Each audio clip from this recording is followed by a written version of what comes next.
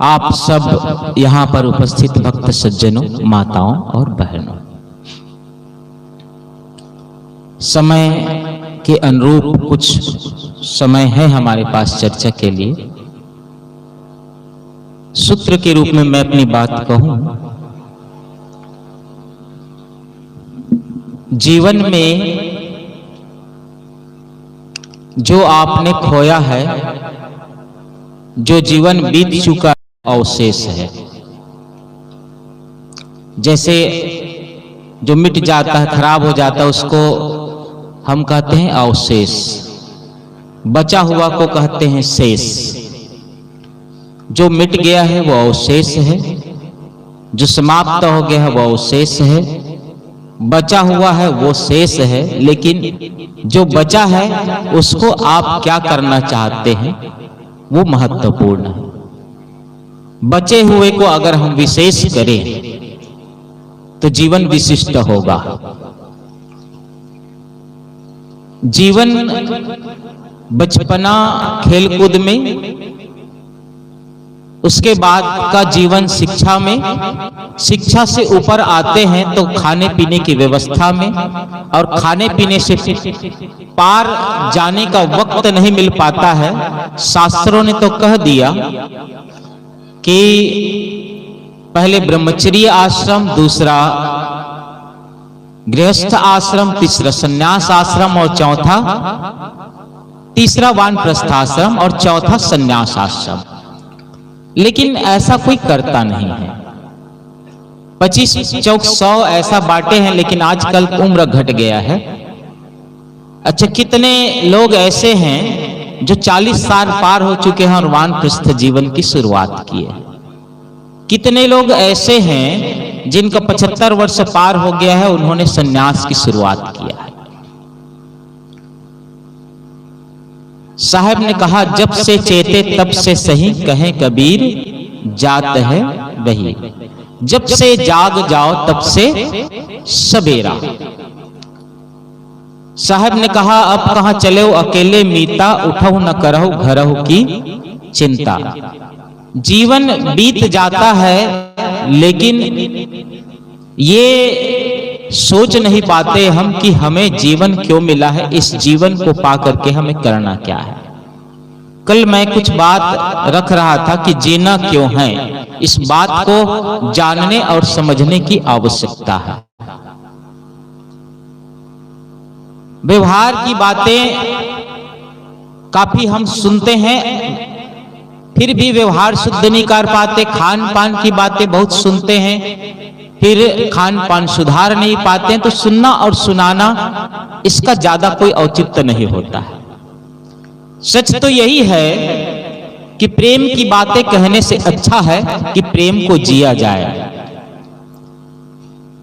आजकल युवा वर्ग कहते हैं कि मैं तुमसे प्रेम करता हूं। वह प्रेम एक शाब्दिक प्रेम होता है। आज सुबह के सत्र में हमारे एक संत कह रहे थे कि तलाक बहुत हो रहा है आजकल। क्यों? क्योंकि शादी होती है तो शादी को लोग एग्रीमेंट समझते हैं। अगर पति ने कुछ बात कहा और पत्नी कहती है कि ये तो मेरा काम नहीं है, क्योंकि सारा चीजें एग्रीमेंट बना हुआ है। कोई भी रिश्ता, कोई भी कार्य प्रेम से चलता है, न कि एग्रीमेंट से चलता है। तो व्यवहार को हम अगर सही भी कर लें, समझ लें, जीवन को, सत्य को समझ लें। एक छोटा बच्चा, बहुत छोटा सा बच्चा बैठा हुआ, एक पैकेट निकाला और जेब से पैकेट निकाल करके उसको फाड़ा। उसमें से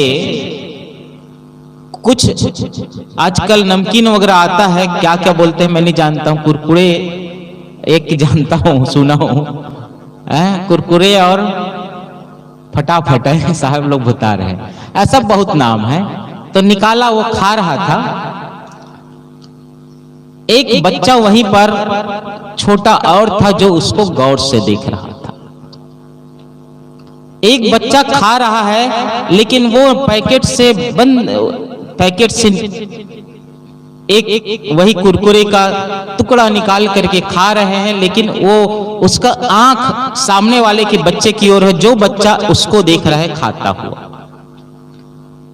खाता हुआ देख रहा है। ये बच्चा खा रहा है और उसको देख रहा है। दोनों बच्चे आपस में देख रहे हैं। उस बच्चे के मन में आया, एक कुरकुरे का टुकड़ा निकाला और उस बच्चे को दिया। उस बच्चे को जैसे दिया वो बच्चा मुस्कुराया और खाने लगा। प्रेम इसे कहते हैं। प्रेम कोई केवल शब्दों का समुच्चय नहीं है। प्रेम कोई प्रगटीकरण का विषय नहीं है। अगर सच में हम ज्ञान को और प्रेम को समझना चालू कर दे। सुबह के सत्र में मैं देख रहा था कि एक गाड़ी से कुछ लोग आए, तो मुझे लगा शायद कोई ऐसा व्यक्ति आया होगा। पूज्य श्री साहब जी का पदार्पण हो रहा है। हाँ, ये स्वागत करें हम।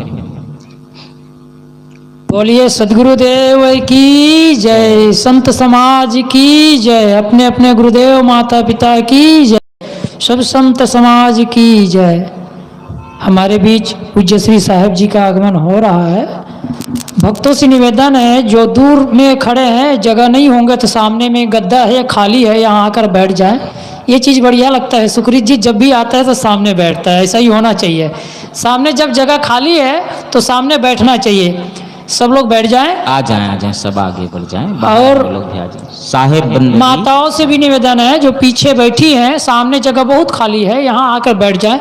जो कुर्सी में बैठे उसके लिए कोई बात नहीं, लेकिन बाकी लोग साहेब बंदगी आप बैठें बस, बाकी और कोई चर्चा ना करें। थोड़ी देर में मैं अपनी बात पूरा करूं, फिर साहब जी विराजमान हो चुके हैं, उनके ज्ञान वाणी हमें सुनना है। मैं अपनी बात कह रहा था कि एक गाड़ी से, दोपहर के सत्र को ही देख रहा था, तो एक गाड़ी से लोग आए, सत्संग चल रहा था और गाड़ी से आए तो मैं सोचा सत्संग चल रहा है, गाड़ी की आवाज नजदीक में आएगी, लोगों को डिस्टर्ब होगा। मेरे मन में आ रहा है कि गाड़ी को लोग लेकर के आ रहे हैं, सत्संग में डिस्टर्ब होगा। लेकिन नजदीक जैसे आए तो ड्राइवर उतरा गाड़ी से। ड्राइवर ने दरवाजा खोला, उतरे। इस साइड से कोई नहीं उतरा, ड्राइवर उस साइड था। इस साइड से जब कोई नहीं उतरा तो मेरे मन में आया साथ कोई वीआईपी आया होगा। ड्राइवर ऐसे घूम करके आया और ड्राइवर ने इस साइड के दरवाजा को खोला। जैसे कोई वीआईपी आता है तो दरवाजा को खोलते हैं। दरवाजा को खोला, उधर से दूसरा दरवाजा खुला और वहां से एक बेटी आई और उन्होंने दूसरा दरवाजा इधर का खोला।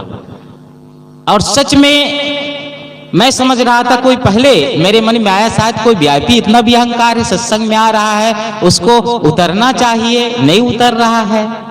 मेरे मन में आया कि इतना भी है कि उसको दरवाजा खोलने के लिए कोई आ रहा है, ड्राइवर को दरवाजा खोलने आना पड़ रहा है। लेकिन जैसे ही दोनों दरवाजा को खोले, ड्राइवर खोला और एक साइड से लड़की निकली, छोटी बच्ची, और उन्होंने दूसरे दरवाजा को खोला आकर के। इस साइड जैसी दरवाजा खुला, मेरे मन का भ्रम सब समाप्त हो गया। मैंने देखा कि एक बुजुर्ग डंडा लेकर के बैठा हुआ है और उसको पकड़ करके, जो ड्राइवर नहीं वो उसका पोता था, वो उसको पकड़ करके उतारा। मैं देख रहा था इस साइड से जो दूसरा दरवाजा है, उधर उनकी दादी बैठी थी, सामने उसका दादा बैठा था। पोता ने आगे के दरवाजा को खोला, उनकी जो पोती थी वो दूसरे दरवाजा को खोलती है। वो आगे बढ़ते हैं धीरे धीरे कदमों के साथ। जैसे यहाँ पर आते हैं, वो देख रहे थे कि शायद मेरे दादा के लिए कोई कुर्सी मिल जाए। हमारे पुनेन साहब इशारा भी कर रहे थे उनको कोई कुर्सी दे दे या यहाँ से कुर्सी ले जाए, यहाँ आ जाए। लेकिन उसी में से एक व्यक्ति बाजू से, बुजुर्ग, जवान तो 3-4 वहां पर बैठे थे, लेकिन एक बुजुर्ग व्यक्ति अपनी कुर्सी उठा करके उस बुजुर्ग के लिए दे देते हैं। प्रेम इसे कहते हैं। और शायद मुझे लगा कि वो जो दादा लोगों को लेकर के आए हुए हैं, जो दादा और दादी की सेवा करने के लिए आए हुए हैं, वो पकड़ करके उसको लेकर के आ रहे हैं और दोनों लोग अपने दादा और दादी को कुर्सी में बिठाए और सत्संग में लेकर के आए। सत्संग जैसी समाप्त हुआ, उनके जो लड़का था पोता, उसके पिता आया और उन्होंने साहब से निवेदन किया कि मेरे पिताजी आए हुए हैं, वो चल नहीं पाते हैं, वो चल नहीं पाते हैं, साहब जी उनको आप नजदीक पहुंच करके आशीर्वाद प्रदान करेंगे। मैं समझता हूं कि प्रेम की गंगा यहीं पर बहती है। जीवन को हम किस गहराई से देख पाते हैं, ये जब कोई सामान्य व्यक्ति एक बीज को देखता है तो बीज के रूप में देखता है, लेकिन जब कोई उसको विशिष्ट जन देखते हैं तो उस बीज के जो विशेषता है उसको देख पाते हैं। लेकिन जब दार्शनिक कोई देखता है, जब दार्शनिक कोई देखता है तो उस बीज के अंदर के वृक्ष को, अनंत संभावनाओं को, अनंत विशेषताओं को देख पाता है। ऐसे विशेषताओं को देखने वाले में सदगुरु कबीर, महात्मा बुद्ध, रैदास, घासीदास, महावीर, विवेकानंद जैसे महापुरुष हुए हैं और उनका आना बंद नहीं हुआ है इस धरती पर। माताओं में भी बड़े बड़े विदुषी हुई हैं जिन्होंने उस बीज के अंदर के वृक्ष को देख पाया। मैं समझता हूं हम आप सब के अंदर, साहब ने कहा, सदगुरु कबीर साहब जी ने कहा कि जो तू चाहे मुझको छाड़ सकल की आस, और मुझ ही ऐसा होए रहो सब सुख तेरे पास। साहब ये नहीं कहता कि मेरे पास आ जाओ तब तुम्हारा कल्याण होगा। साहब कहते हैं कि मुझ ही ऐसा होए रहो सब सुख तेरे पास। साहब ने सत्य को खोजा। साहब ने कहा कि खोजी होए तुरंत मिल जाऊं, एक पल के तलाश में मोको कहां ढूंढे बंदे मैं तो तेरे पास में। तो जीवन को हम जिस रूप में देख पाते हैं, आप दुनिया को दुख के रूप में देखोगे तो दुख दुख नजर आएगा। जीवन को सहज रूप में देखोगे तो जीवन सहज लगने लगेगा। जीवन को सकारात्मक रूप से देखोगे तो जीवन सकारात्मक दिखेगा। जीवन को अध्यात्म के रूप में देखोगे तो अध्यात्म दिखेगा। महत्वपूर्ण है कि हम जीवन को देखते कैसे हैं।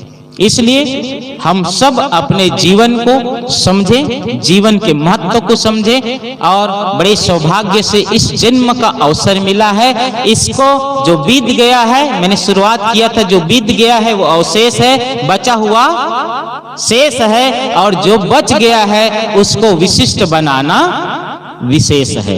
इसलिए हम सभी अपने जीवन के विशिष्ट कर्मों के लिए लगे, जीवन की गहराई को देखें, उत्तरार्ध हम समझें कि हमारे अंदर भी वही वैज्ञानिक छिपा हुआ है, हमारे अंदर भी वही दार्शनिक छिपा हुआ है। बस थोड़ी सी बात, पर्दा खोलने की जरूरत है। साहब ने कहा घूंघट के पट खोल तो को पिया मिलेंगे। बस उस पर्दा को खोलना है। जैसे हीरे है, हीरे में कोई व्यक्ति जो जौहरी होता है वो उसमें चमक नहीं डालता है, हीरे को तराशता है, वो उतने ही चमकदार बनता चला जाता है। हम सब भी अपने जीवन को उत्तरार्ध तराशते चले, उतना ही निखारते चले चले। बस जीवन फूल सा महकेगा, जीवन में खुशियां आएंगी, प्रेम की गंगा बहेगी आप सब के अंदर में। प्रेम की गंगा बहे, सुख शांति से आप संपूर्ण हो। मैं पूज्य संतों को सादर नमन करते हुए और आप सबके भीतर